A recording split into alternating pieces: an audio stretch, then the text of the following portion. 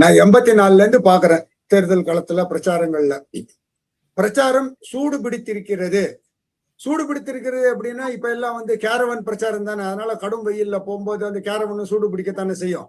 அதனால பிரச்சாரங்களுடைய போக்கு வந்து காலத்தை ஒட்டி தொழில்நுட்ப வளர்ச்சி எப்படி வந்திருக்கிறதோ அதை ஒட்டி அந்த பிரச்சாரங்களுடைய பாணி அதனுடைய போக்கும் மாறி இருக்குங்கிறத நம்ம வந்து ஓரளவுக்கு ஏற்றுக்கொள்ளதான் வேண்டும். இப்ப 84ஆம் ஆண்டு அல்லது 89ஆம் ஆண்டு அந்த கால தேர்தல், அந்த கால சமயத்துல நீங்க தேர்தல்கள் பார்த்தீங்கன்னா மக்களை ஈர்ப்பதற்குங்கிறது பெரிய அளவுக்கு ஒரு ஊடகங்களோ இல்ல வழிகளோ கிடையாது. அப்போ உங்களுக்கு பிரச்சாரம் என்பது நேரடியாக மக்களை நேருக்கு நேர் சந்தித்து தெருமுனை கூட்டங்கள் அல்லது ஆங்காங்கே பொதுவாக மாலையில தான் வந்து இந்த பொதுக்கூட்டங்கள் இருக்கும். ஏன்னா அது ரொம்ப ஒரு பார்ப்பதற்கே இந்த கோவில் திருவிழா மாதிரி ரொம்ப வண்ணமயமான விளக்குகள் எல்லாம் போட்டு அங்கங்க பல பேர் ஷாக் அடிச்சு உழுந்து நடக்கிறது. இப்படியான செய்திக்கு அப்பாற்பட்ட செய்திகளோட இந்த தேர்தல் கூட்டங்கள்லாம் நடக்கும். மக்கள் வருவாங்க, தலைவர்கள் பேசுவாங்க. 3-4 மணி நேரங்கள், சில கூட்டங்கள் 5-6 மணி நேரங்கள்லாம் நான் கேட்டிருக்கேன். மெரினால நள்ளிரவு தாண்டி கூட்டங்கள் நடந்து கேள்விப்பட்டிருக்கேன். அப்பதான் வந்து ரொம்ப மிக பிரபலமாக வந்து கலைஞர் கருணாநிதி அவர்கள் சொன்னார், மயிலை மாங்கொல்லையில ஒரு கூட்டம் பார்த்துட்டு, இந்த கூட்டம் எல்லாம் ஓட்டாக மாறினால் நான் என்றுமே ஆட்சியில இருப்பேன், நான் கூட்டங்கள்லாம் ஓட்டாக மாறுவதில்லைன்னு சொன்னார். அப்ப பிரச்சார பாணி அப்படி இருந்தது. அப்போ வந்து சுவர் விளம்பரங்கள் வந்து ரொம்ப ரொம்ப பிரபலங்கள். அது வந்து ஒரு கலை வடிவமாகவே இருந்தது. வண்ணமயமாக எழுதுவது, வசீகரமான வாசகங்களை அதில் போடுவது. அதாவது நான் சொல்றேன், எமர்ஜென்சி காலம் முடிஞ்சு அந்த 77ஆம் ஆண்டு வந்த தேர்தல் எனக்கு ரொம்ப நினைவுல இருக்கு.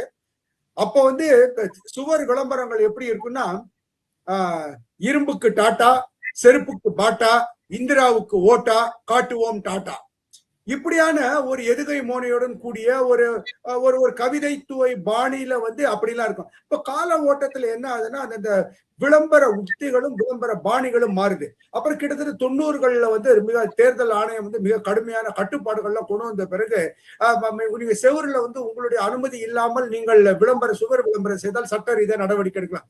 அதெல்லாம் அப்படியே மாறி மாறி கிட்டத்தட்ட கடைசி ஒரு 5 ஆண்டுகள், அதுவும் குறிப்பாக இந்த நாளை மறுநாள் நடைபெற இருக்கின்ற அந்த சட்டமன்ற தேர்தலில் கூட, அதாவது 23ஆம் தேதி நடைபெறும் சட்டமன்ற தேர்தல் பிரச்சாரம் கூட பாத்தீங்கன்னா அது முழுக்க முழுக்க டிஜிட்டல் மயமாகிவிட்டது.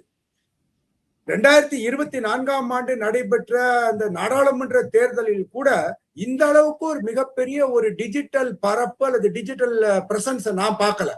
இப்ப என்ன, நீங்க காலையில எடுத்துக்காங்களேன், நீங்க காலையில ஒரு 5 மணி 6 மணிக்கு எழுந்து உங்களுடைய டீயை சாப்பிட்டுட்டு ஏதாவது ஒரு தொலைக்காட்சியில என்ன நடந்தது அப்படிங்கிறது நீங்க செய்தியாக இருக்கலாம், சமூக ஊடகம் எதை நீங்க போட்டாலும் உங்களுக்கு வந்து காலங்காத்தாலேயே உங்களை அந்த நாள் பொழுதியே வந்து எரிச்சல் ஏற்படுத்திடுற மாதிரி விளம்பரங்கள் நான் எடுத்து எடுத்து எடுத்து எடுத்து. சரி, எல்லா கட்சிகளும் விளம்பரம் செய்வது, வாக்காளர்கள் சென்று அடைவது தப்பு கிடையாது, அதற்காக அவர்கள் உழைக்கின்றார்கள். ஆனா திருப்பி திருப்பி திருப்பி திருப்பி அதே விளம்பரம், அது எந்த கட்சியாக இருந்தாலும் சரி, உங்களுக்கு வந்து 1000 ரூபாய் கொடுக்குறோம், 2000 ரூபாய் கொடுக்குறோம், நாங்க தான் செஞ்சோம், நீங்க தான், எதை பாருங்க நீங்க திருப்பி திருப்பி ஒரு ஸ்டேஜ்ல இந்த அளவுக்கு மிஞ்சினால் அமிர்தமும் நஞ்சுங்கிற கதையா எதை திறந்தாலுமே 2000 ரூபாய் இருக்கு. இப்போ விளம்பர உத்திகள், நான்லாம் வந்து சர்வதேச பன்னாட்டு அட்வர்டைஸ்மெண்ட் ஏஜென்ட் விளம்பர நிறுவனங்களோட வேலை பண்ணியிருக்கேன். O&M, JWT, லிண்டாஸோட நான் ஒர்க் பண்ணிருக்கேன். அப்போ வந்து அந்த டேக் லைன் எப்படி எழுதுவோம், பை லைனை எப்படி எழுதுவோம், ஸ்டோரி போர்டு எதை கேட்டாலுமே அப்ப என்ன ஆகுதுன்னா வலிந்து வந்து பிரச்சாரம் என்பதற்கு அப்பாற்பட்டு ஒரு கருத்து திணிப்புங்கிற அந்த நோக்கத்துக்கு போயிடுச்சு டிஜிட்டல் உலகத்துல.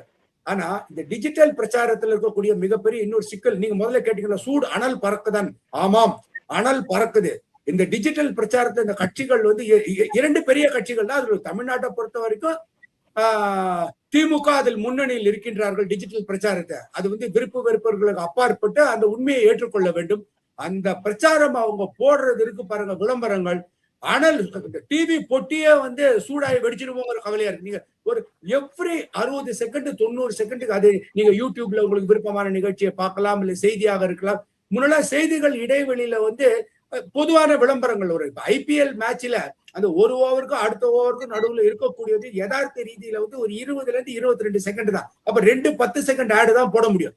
அதை விட வேகமா போடுறாங்க இப்போ. அப்ப என்ன ஆகுதுன்னா நீங்க செய்தி மக்களிடம் சென்று சேருவதுங்கிறத தவிர இந்த ரொம்ப திணிப்பின் காரணமாக ஒரு எரிச்சல் ஏற்படுது.